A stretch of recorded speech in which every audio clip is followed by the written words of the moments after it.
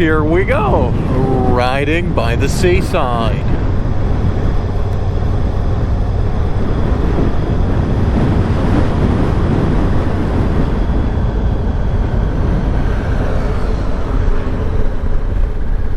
And riding in Italy, which basically means, especially in the cities, no rules. I can basically do what I want.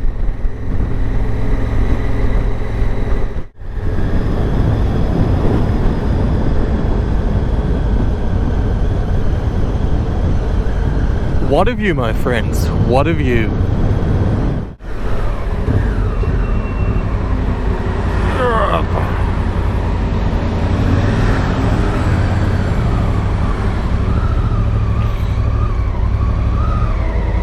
Just inching a bit forward to show you guys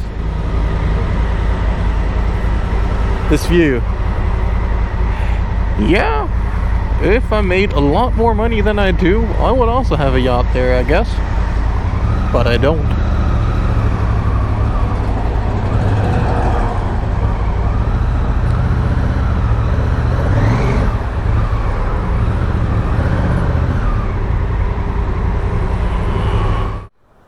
Well, I just found out that this red light only goes green every 20 minutes.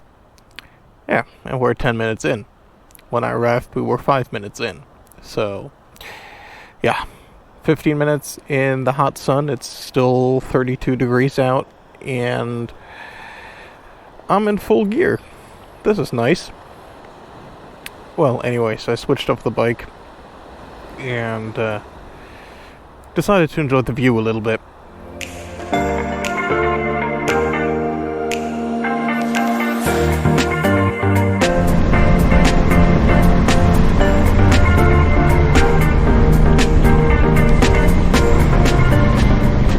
Yeah, when I was waiting there, I was kind of expecting a winding, small, single-lane coastal road, and not a bunch of very narrow tunnels, but that is exactly what it is, interestingly enough. And I don't know what they put in those Italian scooters. I mean, I'm almost doing 100 kilometers an hour, and Grandpa up there on his scooter is still pulling away. Never mind that the speed limit is 60. Yeah, but incredible.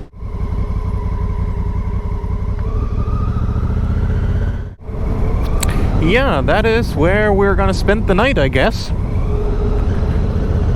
Actually, looks very touristy.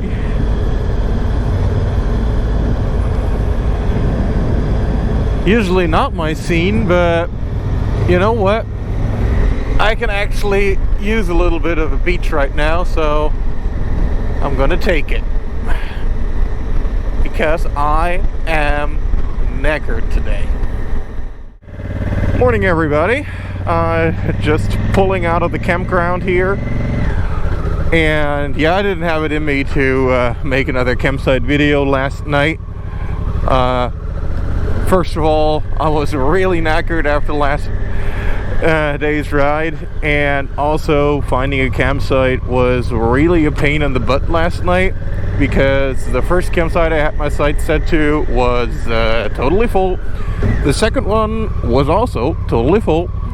And the third and last one, gladly, it had an opening, but it's the worst campsite I've been at in years. I mean, literally, there is a chicken farm right across the street, and the roosters started talking to the neighbor's rooster at 2 o'clock in the morning.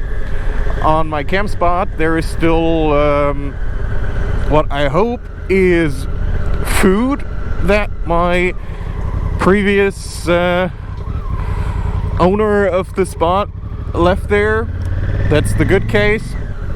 In the bad case, he has eaten it before and then left it there. All in all, it's not a very pleasant spot. But none of this matters. Today we're going to Cinque Terre, to the national park, with the 5 very, very cool looking fisher villages. And yeah, and I'm a complete squid missile right now. I'm in t-shirt, in shorts, in trekking shoes, because we're going for a hike today. And obviously I don't want to hike with all my motorcycle gear on, and because it's just a short ride of 20 minutes, I decided to do a complete squid missile and basically do it dressed like my dad would ride his motorcycle when he was my age. So, you know, he didn't die.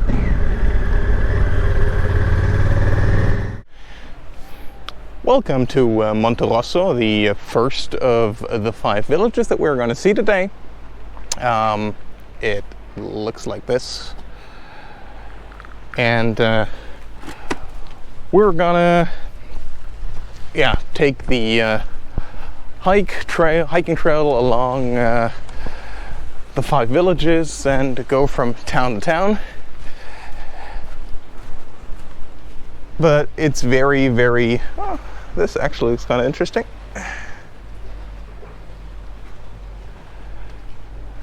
But it's very, very full here. Down in Monte Rosso, we were even required to wear the face masks outside because it was impossible to keep distance from each other. Out here, probably I'm required to do it as well, but I'm just not going to do it because here I'm all alone and I don't really see the point.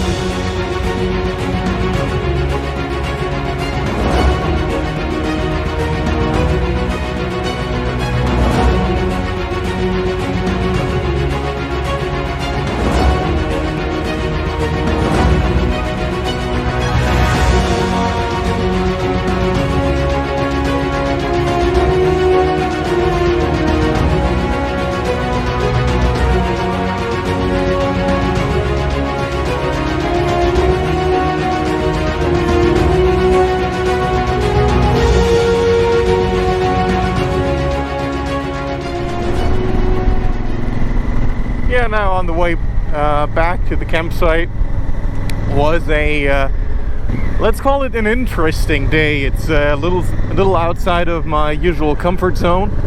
Not because I'm squitting, I'm quite comfortable with that. No, the reason I was outside my comfort zone is one thing because of the extreme heat, and secondly because of those masses of people. I mean, there were, I don't know, many thousands of people there in these small villages and on those little hiking tracks and stuff like that. I don't know, it's just not my scene. I mean, I shot some really beautiful drone footage until one lady, who I assume was a park ranger, told me that it is forbidden. Well, so one of the cities doesn't have drone footage. But you know, I got some great footage, some good photos and stuff, and also the hiking trail from the first to the second city, despite it being really hot and really hard for me, because I'm not that fit. It still was very beautiful, going through the vineyards and stuff like that. It was really cool, so I'm happy with that. It just could have been, I don't know, 5 to 10 degrees less, and 1/3 of the people, and I would be happy. The way it is, I'll summarize the day as interesting. Yeah, tomorrow, not really sure yet what I want to do. I don't want to ride as much anymore. I feel it in my back and stuff that these 6, 7, 8 hour days in the saddle are really well, it's a nice view here, isn't it? That these long days are really, they're getting to me. So I'm trying to cut down on that. Will be quite interesting. Not quite sure yet how I want to go about it. I would also like to take a swim in the sea, so ideally I would be at a camp spot where I would have access to the sea, so that I don't have to do it in the middle of the day, because if I do it in the middle of the day, then you'll always run into the problem that afterwards I have to switch into my riding clothes again. I don't have a spot to properly take a shower and get all the salt off, so yeah, that's kind of less than ideal. So I'd prefer to get a spot close to the campsite, and if everything is perfect, I would also like to watch the Formula 1 race tomorrow. So lots of stuff to consider. Tonight in the tent I'll make a plan and see what I can come up with, and I'll keep you guys updated.